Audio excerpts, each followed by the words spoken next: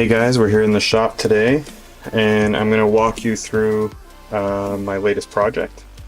This is a 1/43rd scale miniature of the home from Back to the Future. This is the McFly home from 1985. It actually takes place in 1985 throughout the whole movie when you see it in this state.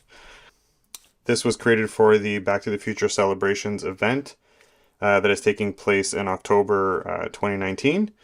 And this will be auctioned off to benefit the Michael J. Fox Foundation, Team Fox, for Parkinson's. This is the first time I'm auctioning any of my pieces, so kind of curious to see how that goes.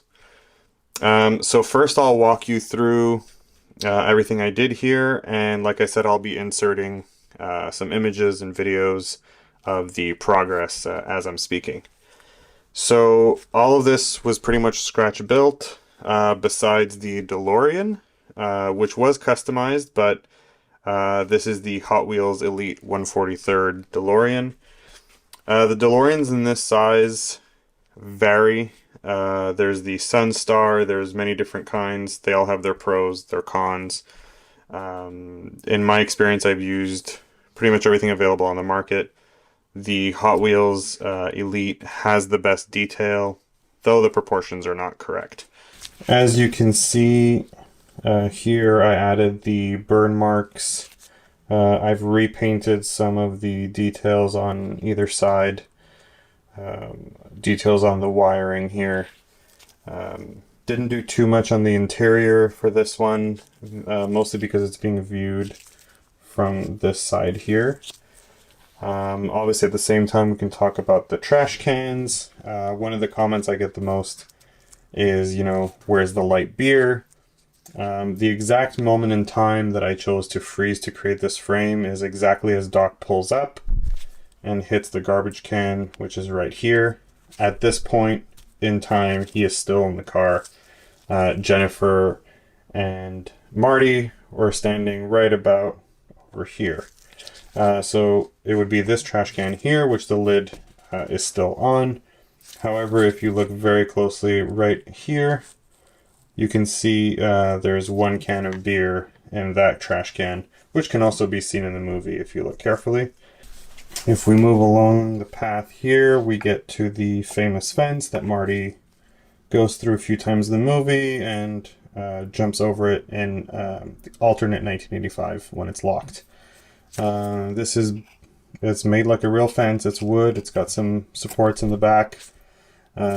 This is like a hard resin putty that's sculpted and painted. And here we have some more grass, some trees, and we can also see the window here, which I believe would have probably been in the kitchen. If we move along here, we have a little bit of the entrance, which I will cover later. But we have some of the bushes and some of the rocks over here that can be seen. And also in this view, we can see the two vents that are below the window, which are also in the movie. Those were just simply designed and photoshopped, and it's actually just printed paper. Here we have a rare look inside the garage.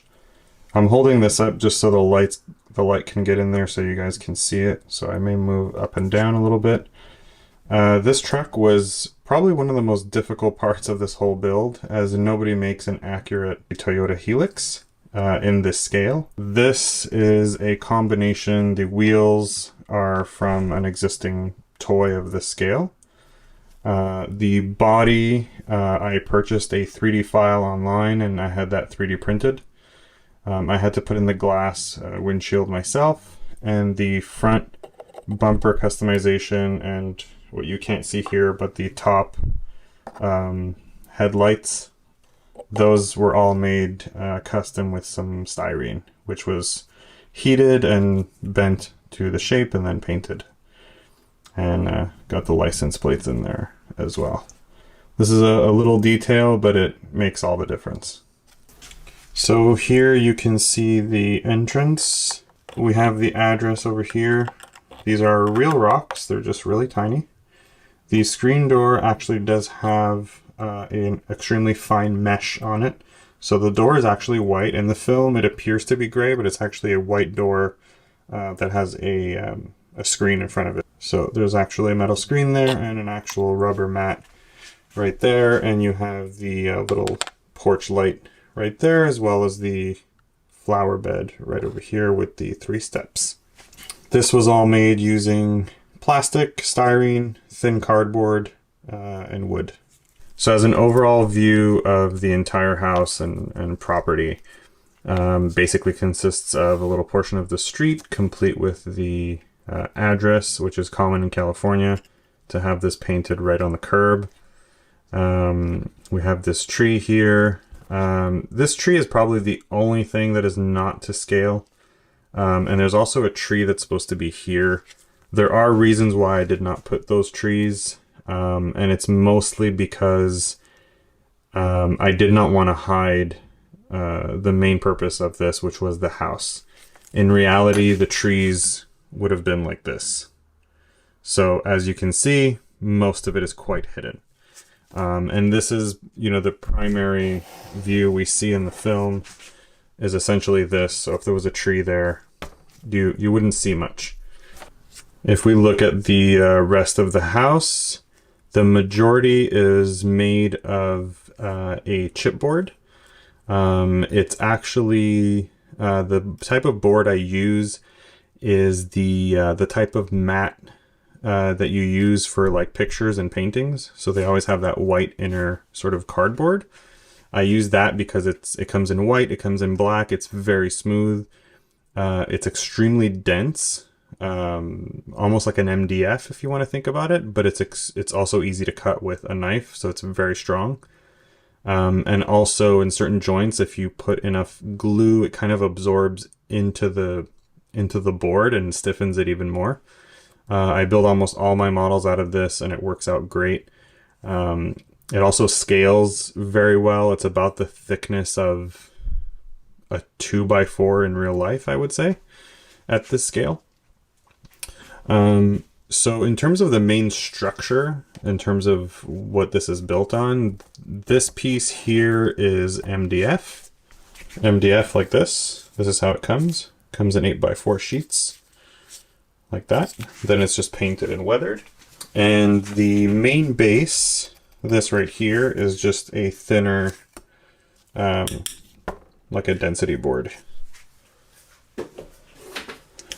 The reason I chose those materials was primarily thickness. So the thickness of this board coincided well with the thickness of this to create sort of the elevated sidewalk and the road. These lines you see here are just sort of carved into the wood.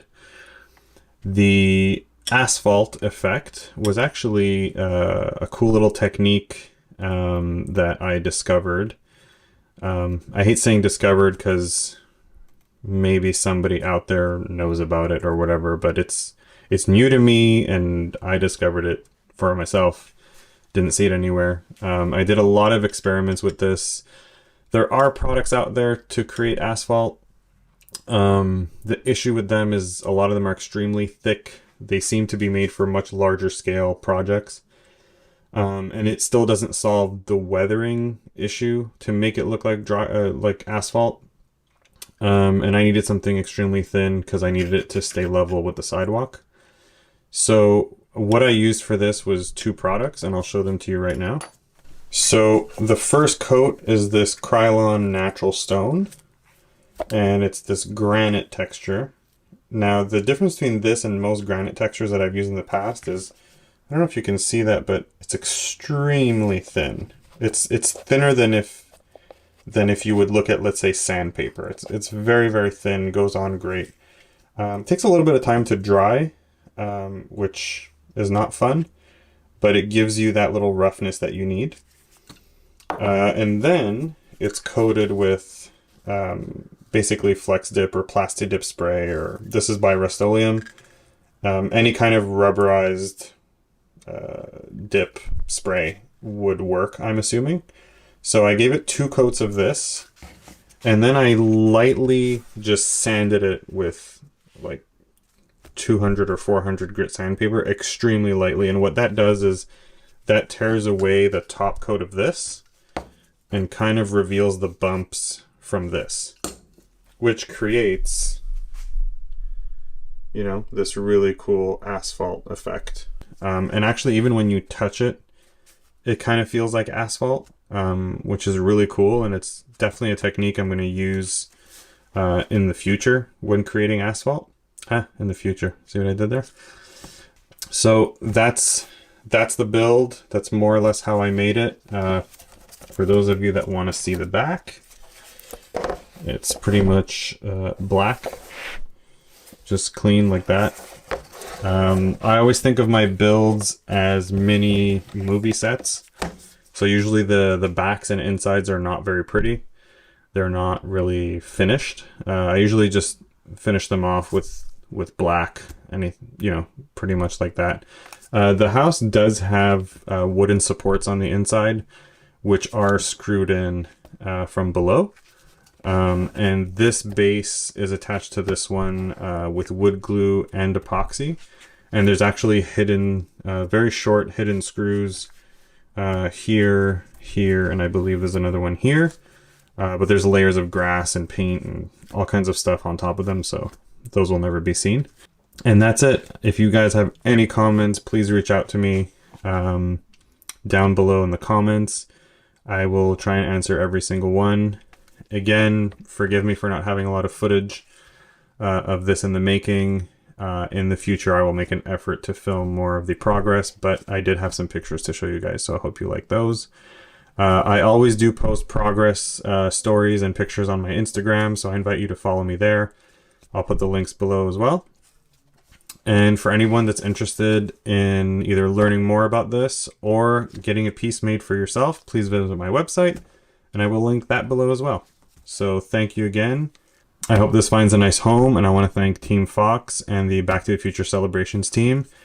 Joe Walser, Michael Klastorin. They're the ones that reached out to me for this, and it was honestly a blast as a Back to the Future fan myself.